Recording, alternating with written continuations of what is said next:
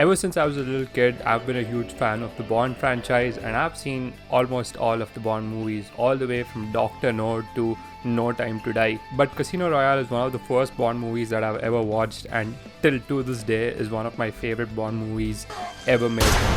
And people unitedly agree that amongst all of Daniel Craig's James Bond films, Casino Royale stands on top of all of them. But in this one, we're going to talk about what makes Casino Royale so special, why the movie has such a high acclaim and praise behind it, and overall, what a badass Daniel Craig was in that movie. Now, usually with like the older Bond movies, the plot is plain and simple. You have this really rich billionaire who wants to take over the world with like this miraculous technology that he's invented. He has already used this technology in a smaller scale. This demonstration basically puts Bond behind his back. Now he wants to rule the world, and you, as Bond, with Her Majesty's blessings and Q's gadgets, you bring down said billionaire. Oh, and also like resurrect some baddies in the process. That's like inevitable in like every Bond movie. But Casino Royale is different. It's the only movie where Bond messes up constantly.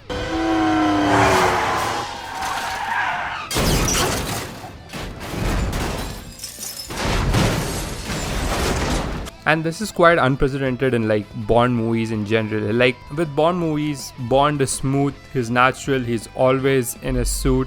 He doesn't really do a lot of acrobatics. He effortlessly takes enemies out of whatever camp or whatever situation that he's put in. Like for crying out loud, there's a scene where James Bond runs over crocodiles, and I know it's like something that was funny during the time. I don't think anybody would watch that if Bond ran over crocodiles in 2026. Now at the start of the film, James is not even a 00. In order for you to be a 00 agent, you need to have 2 kills. Like the introduction itself completely is totally black and white, and this is the opening shot. At the start, he's just like this ruthless freaking killer, and as the movie progresses, the cause and effect of his choices becomes really apparent to him. Which again, with like other Bond movies, they don't show the consequences of Bond's actions towards the environment or towards the villain. But in Casino Royale and in Daniel Craig's Bond movies in general, the consequences of his action are so eminent and so prominent that it leaves a lasting impact not just on the plot of the film but on the audience as well. You see, the stakes are higher not just for Bond in this film but also for the villain. Which brings me to Le Chiffre, call it whatever you want.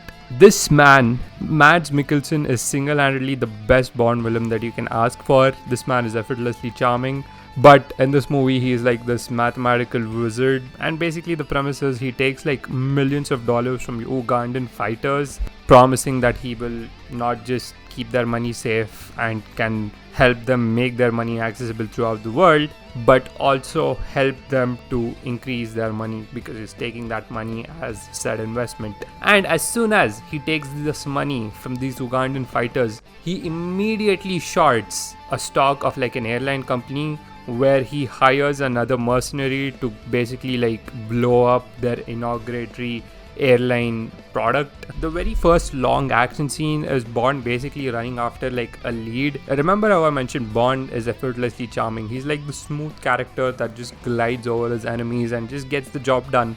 But when it comes to Casino Royale, Bond is like this dark and gritty character, and the freaking chase behind this supposed mercenary where this person is like an actual parkour legend. Daniel Craig is just Daniel Craig, I guess. But the parkour and action scene throughout like the whole sequence is probably one of the best parkour scenes plus action scenes that I've seen in a movie, which for a movie that is almost 20 years old is absolutely bonkers. Oh, you run into like a gated construction company? Great, I'll just ram you in with a freaking bulldozer. Oh, you know parkour?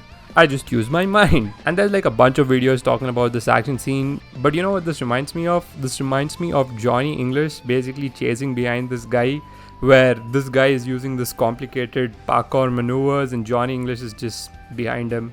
Anyways, after this he gets another lead which leads him to another person, and he raises up a baddie in the process, and he gets into trouble with Le Chiffre, and this baddie basically ends up dying in the process, which, as I told you, the consequences of his actions are very imminent to the plot of the movie. and he basically foils the plot of Le Chiffre and causes him to lose hundreds of millions of dollars. And in order for Le Chiffre to like basically get back his money, he has to win this match of poker between Bond and like a few other people. It's like a pot of close to $150 million.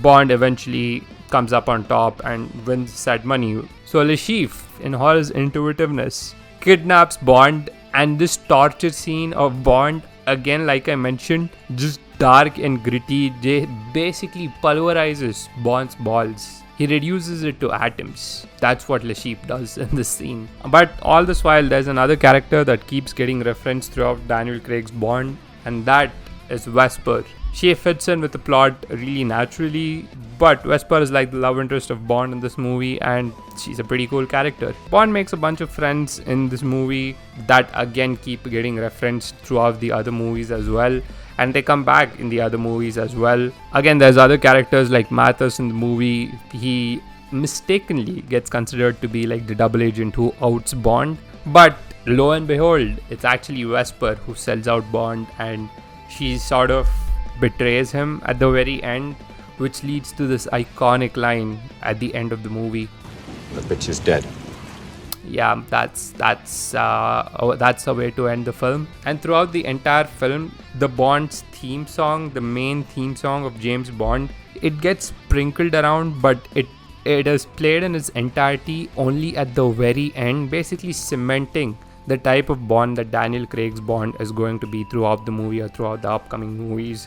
And it's like this dark and gritty character who will not stop at anything to get shit done. Unlike other Bond actors or other Bond franchises where it's like Bond just glides over his enemies and it just gets done by itself. They're like too cool. But in like Daniel Craig's situation, Bond is not only cool, but he also gets shit done if it means putting his life in risk and getting your balls mushed into smashed potato. There's like a bunch of other things that are absolutely amazing of this film. Casino Royale is one of the first books that Ian Fleming, who's like the original author of James Bond, wrote, and it's honestly amazing that Casino Royale was made with like so much love and so much dedication poured behind it. It's still my favorite Bond movie ever made. It's the first Bond movie I ever watched and my favorite Bond movie ever made, and no matter who the next Bond will be, my vote is for Henry Cavill. Whoever the next Bond will be, I honestly hope that they make a movie which is very similar in like nature of Casino Royale. The theme obviously can be different and should be different, but having a Bond that does not stop and just like completely is behind you, is like an unstoppable force behind you, is not only terrifying but actually amazing for like the audience as well. And I know there's like a bunch of other action thriller franchises. Another favorite one of mine being like the Bond trilogy, John Wick, which is less about being a spy and more about being a badass assassin. Amazing franchises. So if you're someone who likes this genre of movies, do check out Casino Royale and let me know how that goes. That's about it. Bye.